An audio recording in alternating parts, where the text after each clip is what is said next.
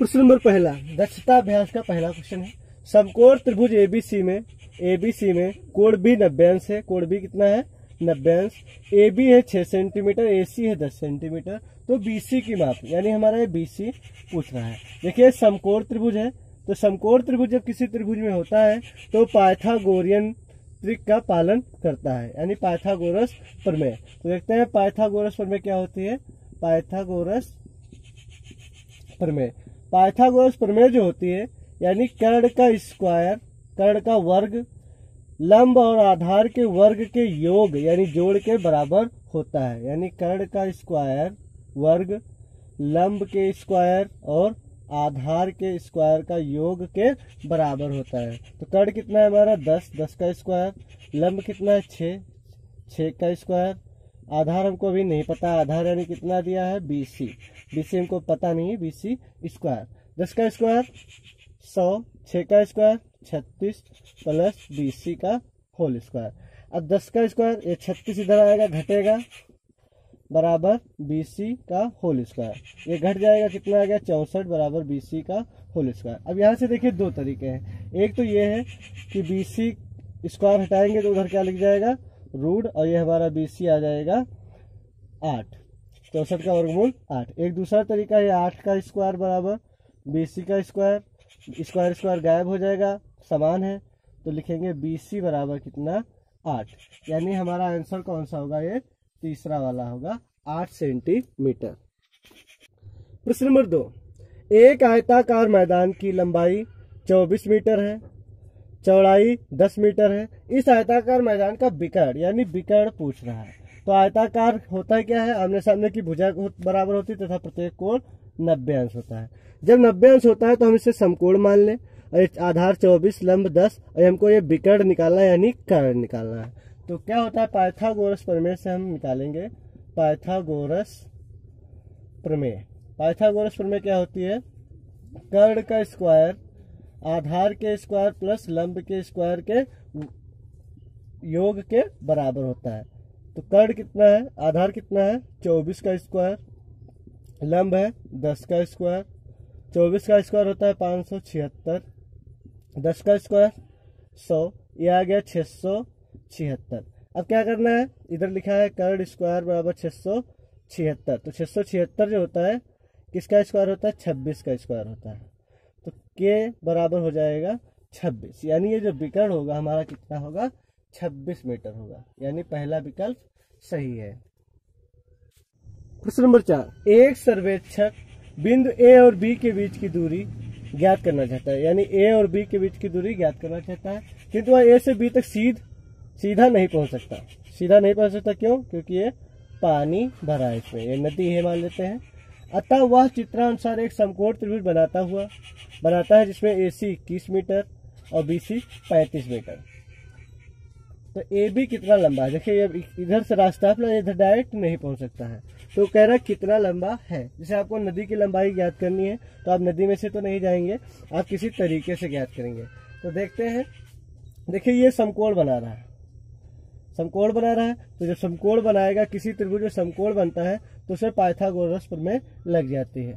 तो हम लिखेंगे पाइथागोरस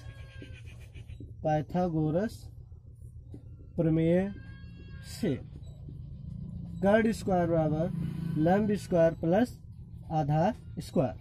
कर्ण कितना है हमारा? कर्ण जो होती है जो सबसे बड़ी भुजा होती है, यानी BC हमारी सबसे बड़ी भुजा है। लंब 21, या इस भुजा का नाम पहले लिख लेंगे AC का होल स्क्वायर। आधार कितना है?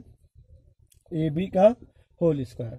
देखते हैं BC कितना दिया है? 35 का होल स्क्वायर बराबर AC 21 का होल स्क्वायर। AB हमको नहीं पता है, हमको AB ही निकालना है, AB का होल स्क्वायर। 35 का स्क्वायर हो जाएगा 1225, 21 का स्क्वायर हो जाएगा 441 प्लस AB का होल स्क्वायर। ये 441 इधर लाकर घटा देंगे बराबर AB का होल स्क्वायर। 5 में से 1 गया 4, 15 में से 1 गया 4, यहाँ 12 में से 4 गया 8, 11 में से 4 गया 7, 784, यानी AB का होल स्क्वायर बराबर 84। फिर देखते हैं ये किसका स्क्वायर होता है, 28 का स्क्वायर। ये होता है 28 का स्क्वायर और ये ए बी का होल स्क्वायर। देखिए घात समान है तो ये वाला आंसर हो जाएगा, यानी ए बी हमारा कितना आ जाएगा 28 मीटर। ये हमारा आंसर हो गया। प्रश्न नंबर 5, एक सड़क के दोनों किनारों पर आमने सामने मकान है। देखिए ये सड़क है, बी सी डी, ये हमारी क्या है सड़क। एक इधर मकान बना है और एक इधर मकान बना है, आमने सामने दो मकान है। 50 मीटर लंबी सीढ़ी का एक सिरा सड़क के एक ओर स्थित मकान की दीवार पर 48 मीटर ऊंचाई तक पहुंचता है। देखिए यहाँ पर सीढ़ी का निचला सिरा है, एक इस मकान पर लगाता है तो कितनी ऊंचाई तक पहुंच जाता है 50 मीटर, 48 मीटर तक पहुंचता है। और तो दूसरे किनारे वाले मकान जो इस मकान पे लगाता है तो 14 मीटर ऊंचाई तक पहुंचता है।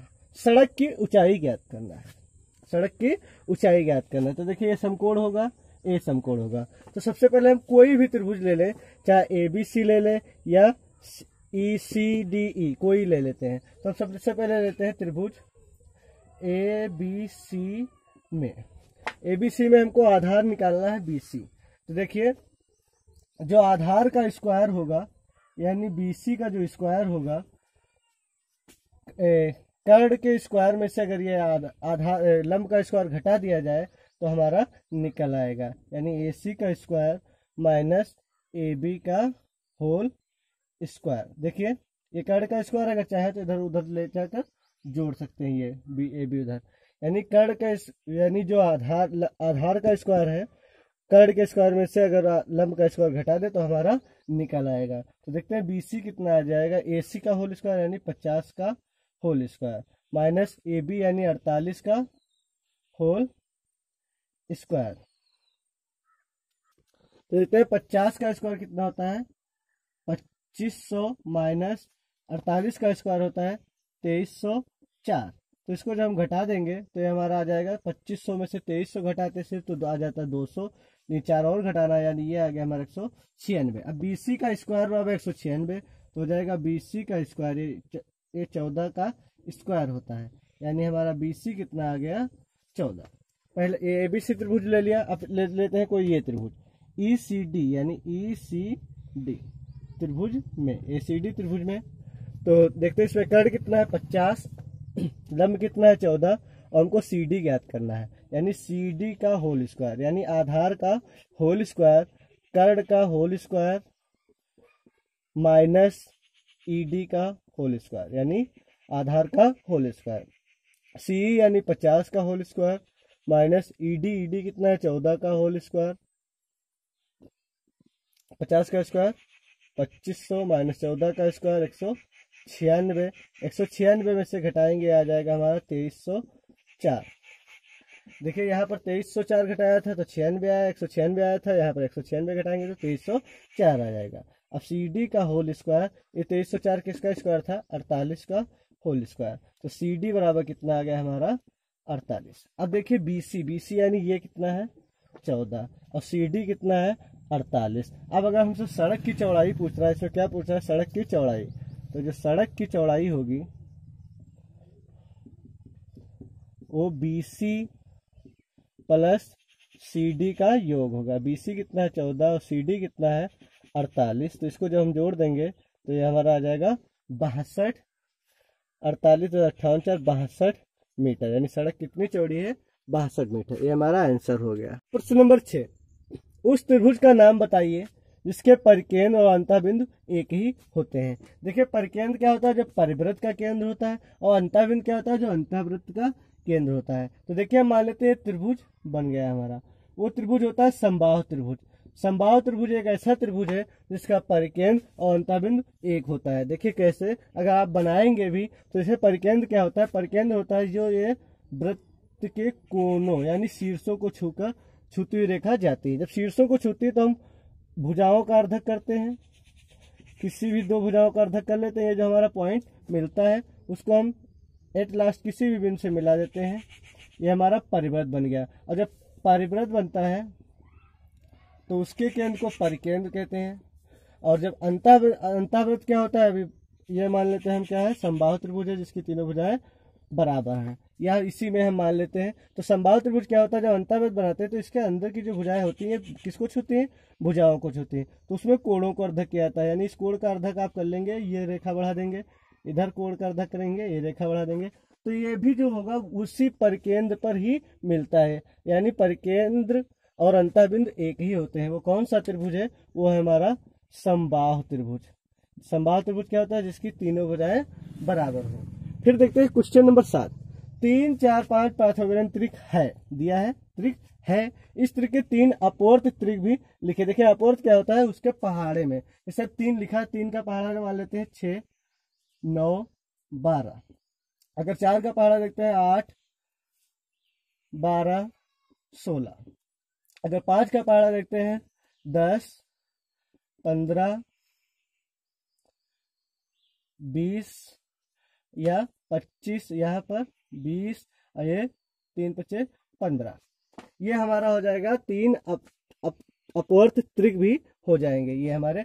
फिर कह रहा है दिखाइए कि 15, 20, 25 भी पाइथागोरियन त्रिक है। देखिए 15, 20, 25 पाइथागोरियन त्रिक है या नहीं, ये तो किताब में दिया है त्रिक है, बताइए 15, 20, 25 त्रिक है या नहीं। देखिए इसमें तो आया था 15, 20, 25 त्रिक है। अब त्रिक होता क्या है, पाइथागोरियन त्रिक जो होता है, मान लेते हैं ये जो कर्ण का स्क्वायर होता है, कर्ण का वर्ग लंब और आधार के वर्ग के बराबर अगर है। देखिए अब इसमें कर्ण कौन सी भुजा हो सकती है, कर्ण वही भुजा होगी जो सबसे बड़ी होगी। तो सबसे बड़ी भुजा कितनी है, 25, तो इसका वर्ग कितना हो जाएगा, 625। 15 का वर्ग 225, 20 का वर्ग 400। अब देखते हैं इसका वर्ग और लंब या आधार का वर्ग का योग अगर ये कर्ण के वर्ग के योग के बराबर है तो पाइथागोरियन त्रिक है। तो इसमें देखते हैं 225, 400 कितना हो गया, 625, यानी ये पाइथागोरियन त्रिक है। Question number 7 complete.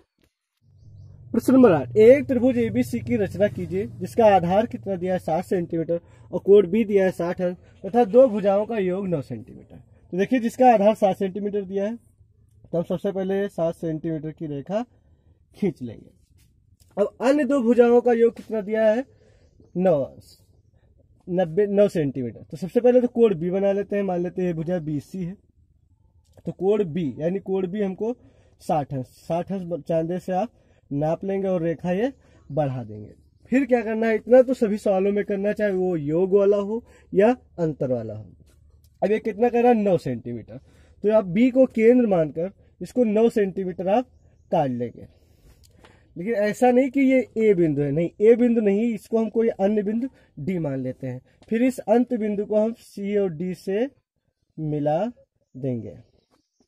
अब क्या करना है, जो इस सी और डी को हमने रेखा को मिलाया है इसका अर्धक करेंगे आधे से ज्यादा दूरी लेकर, ये हमारा अर्धक होगा। ये जो अर्धक हम बढ़ाएंगे तो ये जहां काटेगी ये, ठीक, ये हमारा बिंदु ए प्राप्त हो जाएगा। अब हमारा त्रिभुज ए बी सी हमको बनाना था, तो ये हमारा ए पॉइंट मिल गया, यानी ए बी सी, ये हमारा ए बी सी त्रिभुज ज्ञात हो गया, जिसमें इस भुजा और इस भुजा का योग, देखिए आधार कितना दिया 7, कोण बी 60 और दो भुजाओं का योग, यानी इस भुजा का और इस भुजा का योग कितना आएगा, 9 आएगा। ये 5 होगी, ये 4 होगी। प्रश्न नंबर 9, एक त्रिभुज एबीसी की रचना कीजिए जिसका एक कोण 120 तथा दो भुजाएं क्रमशः 5 सेंटीमीटर और 6 सेंटीमीटर। तो हम पहले कोई भी भुजा बना लेते हैं, मान लेते हैं 5 सेंटीमीटर हमने एक भुजा बना ली, मान लेते हैं ए बी हमने भुजा बना ली, तथा दूसरी कितनी 6 सेंटीमीटर। तो अब ऐसा नहीं कि 6 इधर बना लेंगे, कोण हमारा दिया है 120, तो हम इस पर 120 अंश का कोण बनाएंगे, 60, 120 और इस पर हम रेखा बढ़ा देंगे। वो भी कितना बनाना है हमको, 6 सेंटीमीटर की रेखा बना देंगे नाप कर। ये कितनी होगी हमारी, 6 सेंटीमीटर की रेखा। फिर इसको हम एट लास्ट पॉइंट से मिला देंगे। ये हमारा ए बी सी त्रिभुज बनकर कंप्लीट हो गया। फिर कह रहा है तो त्रिभुज का परिकेंद्र ज्ञात करना है। परिकेंद्र मतलब तब ज्ञात होगा जब परिवृत्त बनाने के लिए। परिवृत्त क्या होता है, जो त्रिभुज के शीर्षों को छूकर जाए। तो पहले तो हम इसके लिए केंद्र ज्ञात करेंगे, तो किन्हीं भी दो भुजाओं का अर्धक करते हैं। तो सबसे पहले हम बीसी का अर्धक करते हैं, बीसी का अर्धक आधे से ज्यादा दूरी लेकर चाप लेंगे, फिर उधर से आधे से ज्यादा दूरी चाप लेंगे और ये हम रेखा बढ़ा देंगे। फिर ऐसे इसी प्रकार भी इधर करना होता है, आधे से ज्यादा दूरी लेकर चाप लेना होता है, और ये जहां मिलेगा ये हमारा वो परिकेंद्र होगा। अगर यहाँ से रखकर हम वृत्त बनाते हैं CBA, ये हमारा वृत्त बन जाएगा। तो त्रिभुज का परिकेंद्र ज्ञात करें। त्रिभुज का जो परिकेंद्र होगा वो त्रिभुज के बाह्य क्षेत्र में स्थित होगा। त्रिभुज के बाह्य क्षेत्र में स्थित होगा। ये हमारा आंसर हो गया। प्रश्न नंबर 10, समबाहु त्रिभुज की रचना कीजिए जिसकी भुजा 6 सेंटीमीटर है। तो देखिए हम सबसे पहले समबाहु त्रिभुज जब बनाएंगे तो ये भुजा कितनी खींच देंगे, 6 सेंटीमीटर। पहली भुजा तो हम खींच सकते हैं, फिर हम 6 सेंटीमीटर का चाप लेंगे और एक चाप लगा देंगे, फिर इधर केंद्र मान कर ये चाप लगा देंगे। ये जो हमारा कट जाएगा और ये हमारा समबाहु त्रिभुज बन जाएगा, जिसमें तीनों भुजाएं हमारी क्या होंगी, बराबर होगी। तो त्रिभुज का केंद्रक ज्ञात करना, केंद्रक ज्ञात करना है यानी अंतःवृत्त बनाना है। अंतःवृत्त क्या करेगा, भुजाओं को छुएगा, तो हम कोणों का अर्धक करेंगे। किसका अर्धक करेंगे, कोणों का। तो क्या करते हैं, आधे से ज्यादा दूरी लेकर फिर इसको केंद्र मानकर ये बना देते हैं और ये बढ़ा देंगे, फिर इसका अर्धक करेंगे, आधे से ज्यादा दूरी लेकर फिर इसको केंद्र मानकर ये बढ़ा देंगे। ये जहां पर काटती है ये हमारा केंद्रक हो जाता है। ये हमारा क्या हो जाता है, ये हमारा केंद्रक प्राप्त हो जाता है। अब अगर ये रेखा हम बढ़ा देते हैं तो ये जो आगे जाती है ये अर्धक कर देती है इसको, ये इधर जाएगी तो इस रेखा का अर्धक होगी, और या अगर ऊपर से भी आ जाए तो ये इस रेखा का अर्धक कर देती है। अब कह रहा है तो त्रिभुज का केंद्रक यानी ये O तथा शीर्ष से केंद्र तक की दूरी, तथा ये जो शीर्ष है इससे केंद्र तक की दूरी यानी ये हमसे D पूछ रहा है। ये केंद्रक की दूरी, केंद्रक की शीर्ष से कितनी दूरी होगी। तो देखिए ये भुजा कितनी है, 6, ये कितनी हो जाएगी हमारी 6। अब ये क्या हमने बताया कि ये जब आएगी तो इसका क्या करेगी, अर्धक, यानी 3 इधर होगी 3 इधर होगी। अब देखते हैं अगर त्रिभुज ये ले लेते हैं ABC, तो त्रिभुज ले ले AMC ले लें तो ये हो जाएगा 90 अंश, समकोण बनाएगा।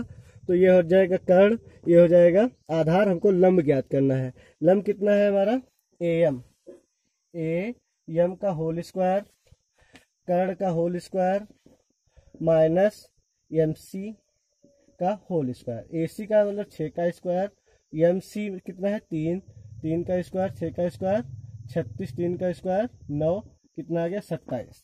फिर AM इधर से स्क्वायर हटाएंगे तो इधर क्या लगा देंगे, रूट लगाएंगे तो 27 का वर्गमूल लगभग आ जाएगा 5.1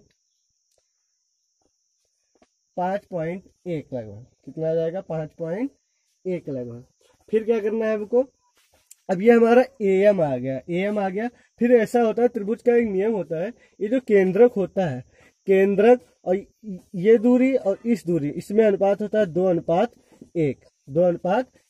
तो हम इसकी जब दूरी निकालेंगे AO बराबर, तो देखिए 2:1 होता है, तो 2:1 3 में से 2 भाग हमको ज्ञात करना है। देखिए टोटल कितना अनुपात होता है, 2:1 में, मतलब ये भुजा इसकी दूना होती है। ये एक पार्ट होता है, ये इसका 2 हिस्सा होता है, यानी दूना होता है। या टोटल कितने हिस्से हो गए, 3 में के 2 ये होते हैं और 1 ये होता है, तो 3 में से 2। और टोटल ये दूरी कितनी है हमारी, 5.1। तो ये 5 यानी 10 लगभग हो गया, 10.2 भाग 3। जब इसको 3 से भाग देंगे तो लगभग हमारा 3 सेंटीमीटर आ जाएगा। ये हमारा आंसर हो गया। प्रश्न नंबर 11, एक त्रिभुज PQR की भुजाओं में 4:5:6 का अनुपात है। तो देखिए ये हम बना लेते, कोई भी भुजा बना लेते हैं। सबसे पहले मान लेते हैं 4 और फिर ये 5 का वो लगाएंगे, फिर ये 6 से काट देंगे, यानी 4, 5, 6 बन गया। इस त्रिभुज के समरूप एक त्रिभुज ABC की रचना जिसका आधार कितना 8। ये 4 की जगह कितना बनाएंगे हम 8, तो ये 5 की जगह कितना बनाएंगे, ना बनाओ तो ये जो कोण नाप लेंगे, कोण जब नाप कर बढ़ा देंगे रेखा, और इस पर जितना कोण बना उसको बढ़ा देंगे, जहां पर ये काट देगी वो हमारा त्रिभुज बन जाएगा, बिल्कुल समरूप बन जाएगा, सेम। फिर क्या है, क्वेश्चन नंबर 12, किसी त्रिभुज के तल पर स्थित बिंदु जो त्रिभुज की भुजाओं के बराबर लंबवत दूरी पर हो वो बिंदु क्या है। जैसे कोई त्रिभुज है, किसी त्रिभुज के तल पर स्थित बिंदु जो त्रिभुज की भुजाओं यानी ये भुजाओं से बराबर लंबवत दूरी पर है, इसे क्या कहते हैं। देखिए हमारा वृत्त बनेगा, तो ये जो इसे क्या कहते हैं, इसे केंद्रक कहते हैं। केंद्रक अंतः केंद्र होता है, क्या होता है, अंतः केंद्र होता है। क्वेश्चन नंबर 13, संलग्न चित्र में DEF डी का क्षेत्रफल होता है कितना, डी या फिर भुजाओं के मध्यबिंदु है। ये त्रिभुज 1 2 3 4 टोटल 4 पार्ट हो गए, तो क्या लिखेंगे 1/4 यानी चौथाई भाग है त्रिभुज ABC का, यानी क्वेश्चन नंबर हमारा 3rd सही होगा। अभ्यास द एंड। दोस्तों अगर वीडियो अच्छा लगा हो तो चैनल को सब्सक्राइब करें तथा ये जो बेल आइकन का निशान है इसको जरूर प्रेस कर दें ताकि हमारे हर वीडियो आप तक पहुंच सके। धन्यवाद।